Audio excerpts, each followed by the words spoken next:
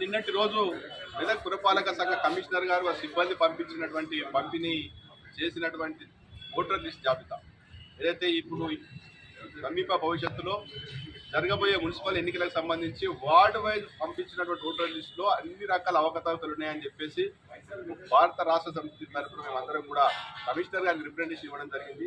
మేము ఒకటే డిమాండ్ చేస్తూ ఉన్నాం, ఎన్నికలు ఓటర్స్ కన్ఫ్యూజన్ కాకుండా సక్రమమైన పద్ధతిలో ఏర్పాటు చేసే బాధ్యత కమిషనర్ గారి మీద ఉంటుంది. కాబట్టి మున్సిపల్ కమిషనర్ సిబ్బంది క్షేత్ర స్థాయిలో పరిశీలన చేసి ప్రతి ఇంటికి కూడా వెళ్ళి ఆ ఓటర్స్ సంబంధించినటువంటి రకరకాలుగా చిత్ర విచిత్రాలు కూడా అసెంబ్లీ ఓటర్ ప్రాతిపదికన చేసే క్రమంలో చాలా తప్పులు దొరికినాయి.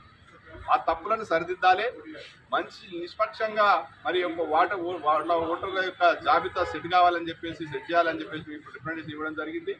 గతంలో ఏం జరిగింది, అసెంబ్లీ ఎన్నికల్లో కూడా ఓటర్ యొక్క పేరు రకరకాల బూతులు ఉండడం వల్ల ఓటేయలేని పరిస్థితి గతంలో ఉండే. అదే పరిస్థితి కూడా ఇప్పుడు ఈ వార్డు బౌండరీ పరిధి అంటే గతంలో బైఫర్కేషన్ అయినటువంటి వార్డు పరిధిలో కాకుండా చాలా సుదూర ప్రాంతంలో ఉన్నటువంటి ఓటర్స్ కూడా ఇంటి నంబర్ల పేరు మీద కొన్ని ఇంటి నంబర్లు కూడా జంప్ అయిపోయి మరి ఇంకో వార్డులో వాడే పరిస్థితి వచ్చింది. దయచేసి ఇవన్నీ కూడా సరిదిద్దాలి. మరి ఒక ఓటర్ లిస్టులో ఒక పేరు ఒక పేపర్ అంటే ఒక 10 ఓటర్స్ ఒక ఫస్ట్ పేజీలో ఉంటే ఆడ 8వ పేజీనో 10వ పేజీనో అదే పేజీ మళ్ళీ రిపీట్ అయింది. దాన్ని కూడా సరిదిద్దాలి.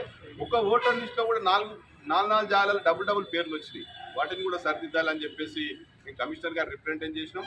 అన్నిటికంటే ముఖ్యంగా ఈ వార్డ్ ఆఫీసర్లు, రెవెన్యూ, బిల్ కలెక్టర్లు, అదేవిధంగా అంగన్వాడీ టీచర్లు, ఆర్పీలు సమన్వయంతో ప్రతి ఇంటికి వెళ్ళి క్షేత్రస్థాయిలో పూర్తి స్థాయిలో పరిశీలన చేసి ఓటర్ జాబితాను తయారు చేయాలి. పూర్తి స్థాయిలో మరి ఏదైతే ఎల్లుండి వరకు ఆల్ పార్టీ మీటింగ్స్ వరకు కూడా మరొకసారి ఇవాళ రేపు సమయం ఉన్నది కాబట్టి ఎటువంటి పొరపాటు లేకుండా ఓటర్ జాబితా సిద్ధం చేయాలని చెప్పేసి మేము కమిషనర్ గారిని డిమాండ్ చేస్తా ఉన్నాం.